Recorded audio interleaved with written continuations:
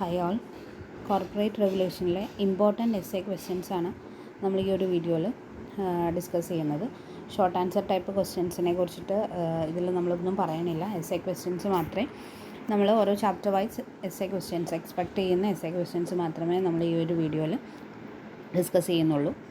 അപ്പോൾ chapter 1 introduction to companies act 2013 ആണ്. അതായത് നമ്മുടെ ഈ ഒരു കോർപ്പറേറ്റ് റെഗുലേഷനിലേക്കുള്ള ഇൻട്രൊഡക്ഷൻ പറയുന്ന ചാപ്റ്ററാണ്. അപ്പോൾ അതിനകത്താണ് ബേസിക് ആയിട്ടുള്ള കമ്പനീസിനെ കുറിച്ചുള്ള കാര്യങ്ങൾ മുഴുവനും ഡിസ്കസ് ചെയ്യുന്നത്. അപ്പോൾ ആ ഒരു ചാപ്റ്ററിൽ നിന്ന് മൂന്ന് എസ്സേ ക്വസ്റ്റ്യൻസ് ആണ് നമുക്ക് പ്രതീക്ഷിക്കാവുന്നത്. അത് ബേസിക്കായിട്ട് നിങ്ങൾ +2 മുതലേ പഠിച്ചു വന്നിട്ടുള്ള കാര്യങ്ങൾ തന്നെയാണ്. ഫസ്റ്റ് വൺ പറയുന്നത് explain different types of companies. അറിയാലോ ഡിഫറെൻറ്റ് ടൈപ്സ് ഓഫ് കമ്പനീസ്. പിന്നെ distinguish between public company and private company, രണ്ടും തമ്മിലുള്ള ഡിഫറൻസ് എഴുതുന്ന സമയത്ത് എസ്സേ ക്വസ്റ്റ്യൻ ആണെങ്കിൽ നിങ്ങൾ കൃത്യമായിട്ട് വാട്ട് ഇസ് പബ്ലിക് കമ്പനി എന്നും വാട്ട് ഇസ് പ്രൈവറ്റ് കമ്പനി എന്നും മുകളിൽ എഴുതിയിട്ട് മാത്രം അതിൻ്റെ ഡിഫറൻസ് കോളം വൈസോ അല്ലെങ്കിൽ എങ്ങനെയാണെന്ന് വെച്ചാൽ നിങ്ങൾ എഴുതണം. പോയിൻ്റായിട്ട് എഴുതുകയാണെങ്കിൽ അങ്ങനെ അത് എഴുതാം. ബട്ട് അതിന് മുൻപ് എന്തെഴുതണം, എന്താണ് ഒരു പബ്ലിക് കമ്പനി എന്നും എന്താണ് ഒരു പ്രൈവറ്റ് കമ്പനി എന്നുള്ളത് മുൻപ് എഴുതാൻ മറന്നു പോകരുത്. എസ്സേ ക്വസ്റ്റ്യൻ ആണെങ്കിൽ അത് മസ്റ്റാണ്. പിന്നെ അടുത്ത വരുന്നത് വാട്ട് ഈസ് കോർപ്പറേറ്റ് വെയിൽ, explain the cases of lifting the corporate വെയിൽ. അപ്പോൾ ഇത് മിക്കവാറും ക്വസ്റ്റ്യൻ പേപ്പറിൽ കാണാറുള്ള ഒരു ക്വസ്റ്റ്യൻ ആണ്. അത് എസ്സേ അല്ലെങ്കിൽ പോലും നിങ്ങളത് പഠിച്ചു വയ്ക്കുക. ഷോർട്ട് ആൻസറിലോ എവിടെയെങ്കിലും നമുക്ക് അപ്ലൈ ചെയ്യാനായിട്ട് പറ്റും. അപ്പോൾ കോർപ്പറേറ്റ് വെയിൽ എന്താണെന്ന് ഉള്ളത് നോക്കി വയ്ക്കുക. അതുപോലെ എപ്പോഴൊക്കെയാണ് കോർപ്പറേറ്റ് വെയിൽ ലിഫ്റ്റ് ചെയ്യുന്നത് എന്നുള്ളത് നോക്കി വയ്ക്കുക. ഇനി ചാപ്റ്റർ 2 ആണ്. നമുക്ക് ഏറ്റവും കൂടുതൽ ക്വസ്റ്റ്യൻസ് ചോദിച്ച് കണ്ടിട്ടുള്ള ഒരു ചാപ്റ്ററാണ് രണ്ടാമത്തെ ചാപ്റ്റർ, അതായത് ഫോർമേഷൻ ഓഫ് എ കമ്പനി എന്ന് പറയുന്ന ചാപ്റ്റർ. അപ്പോൾ അതിനകത്ത് മെമ്മോറാണ്ടം, ആർട്ടിക്കിൾസ്, അതേപോലെ പ്രോസ്പെക്ടസ്, അങ്ങനത്തെ കാര്യങ്ങളാണ് ബേസിക്കായിട്ട് ഇപ്പോൾ നമ്മൾ പറയണത്. അപ്പോൾ അതിൽ വരാവുന്ന ക്വസ്റ്റ്യൻസ് എന്ന് പറയുന്നത് what is memorandum of association and അതിലെ ക്ലോസസ് എന്തൊക്കെയാണെന്നുള്ളത്, പിന്നെ വാട്ട് ഈസ് ആർട്ടിക്കിൾസ് ആൻഡ് അതിൻ്റെ കണ്ടൻസ് എന്താണെന്നുള്ളത്, how the articles and memorandum can be altered, എങ്ങനെയാണ് ആർട്ടിക്കിൾസും മെമ്മോറാണ്ടം ആൾട്ടർ ചെയ്യാനുള്ള പ്രൊവിഷൻസ് എന്തൊക്കെയാണെന്നുള്ളത് ഒരു ക്വസ്റ്റ്യൻ ചോദിക്കാറുണ്ട്. പിന്നെ ഡോക്ട്രിൻ ഓഫ് അൾട്രാ വൈറസ്, അത് എസ്സേ ക്വസ്റ്റ്യൻ ആയിട്ട് ഏതൊരു ഇയറിൽ നമ്മൾ ചോദിച്ച് കണ്ടിട്ടുണ്ട്. പൊതുവേ നമുക്കത് എസ്സേ ആയിട്ട് എഴുതാൻ മാത്രമൊന്നുള്ള കണ്ടൻറ്റ് ഉണ്ടാവില്ല. എങ്കിൽ പോലും നിങ്ങളത് പഠിച്ചു വയ്ക്കുക കൃത്യമായിട്ട്. ഷോർട്ട് ആൻസർ ചോദിക്കുകയാണെങ്കിലും നിങ്ങൾക്കത് യൂസ്ഫുൾ ആയിരിക്കും. പിന്നെ പ്രോസ്പെക്ടസ് എന്താണെന്നുള്ളത് ഡിഫൈൻ ചെയ്യുക. What are the main contents of prospectus. പിന്നെ explain different types of prospectus. ഇത് റയറായിട്ടൊക്കെ ചോദിക്കുന്നൊരു ക്വസ്റ്റ്യൻ ആണ്. പക്ഷേ ഷോർട്ട് ആൻസറിൽ നമുക്കത് പ്രതീക്ഷിക്കാം. Then what you mean by articles of association and what are the provisions for altering articles. ഇത് 1-2 ക്വസ്റ്റ്യൻ പേപ്പറിൽ കണ്ടിട്ടുള്ള ഒരു ക്വസ്റ്റ്യൻ ആണ്. ആർട്ടിക്കിൾസിനെ മാത്രം എങ്ങനെ ആൾട്ടർ ചെയ്യാമെന്നും എന്താണ് ആർട്ടിക്കിൾസ് എന്നും ചോദിച്ച ക്വസ്റ്റ്യൻ ഉണ്ട്. പിന്നെ what are major documents of കമ്പനീസിൽ ഉള്ള മേജറായിട്ടുള്ള ഡോക്യുമെൻറ്റ്സ് ഏതൊക്കെയാണ്. നമുക്കറിയാം 3 ഡോക്യുമെൻറ്റ്സാണ് മേജറായിട്ട് വരിക: മെമ്മോറാണ്ടം, ആർട്ടിക്കിൾസ് ആൻഡ് പ്രോസ്പെക്ടസ്. പിന്നെ explain about incorporation of companies. Company incorporate ചെയ്യുന്നൊരു പ്രൊസീജിയർ ഉണ്ട്. അപ്പോൾ അത് എന്താണെന്നുള്ളത് ചോദിച്ച് കണ്ടിട്ടുണ്ട്. ഓക്കെ, അപ്പോൾ ഇത്രയാണ് ചാപ്റ്റർ 2 വരുന്ന എസ്സേ ക്വസ്റ്റ്യൻസ് നമുക്ക് എക്സ്പെക്റ്റ് ചെയ്യാവുന്നത്. Chapter 3 share and share capital. അതിന് പൊതുവേ അങ്ങനെ എസ്സേ പാർട്ടിലേക്ക് ക്വസ്റ്റ്യൻസ് വളരെ കുറവ് കണ്ടിട്ടുള്ളൊരു ചാപ്റ്ററാണ്.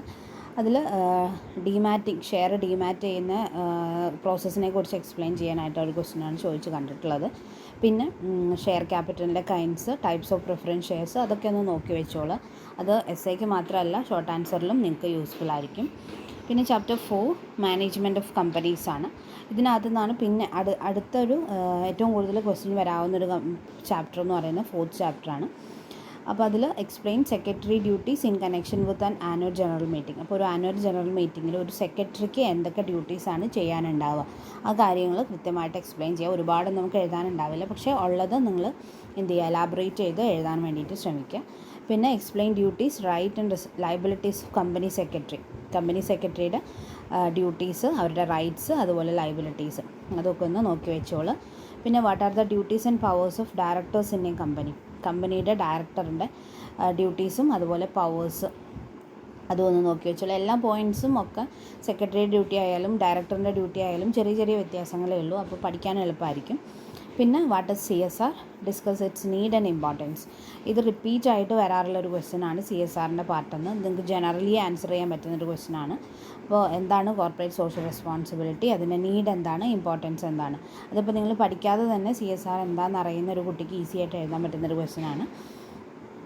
പിന്നെ വരുന്നത് functions and powers of SEBI ആണ്, securities and exchange board of ഇന്ത്യയുടെ പവേഴ്സും അതുപോലെ അവരുടെ ഫങ്ഷൻസും.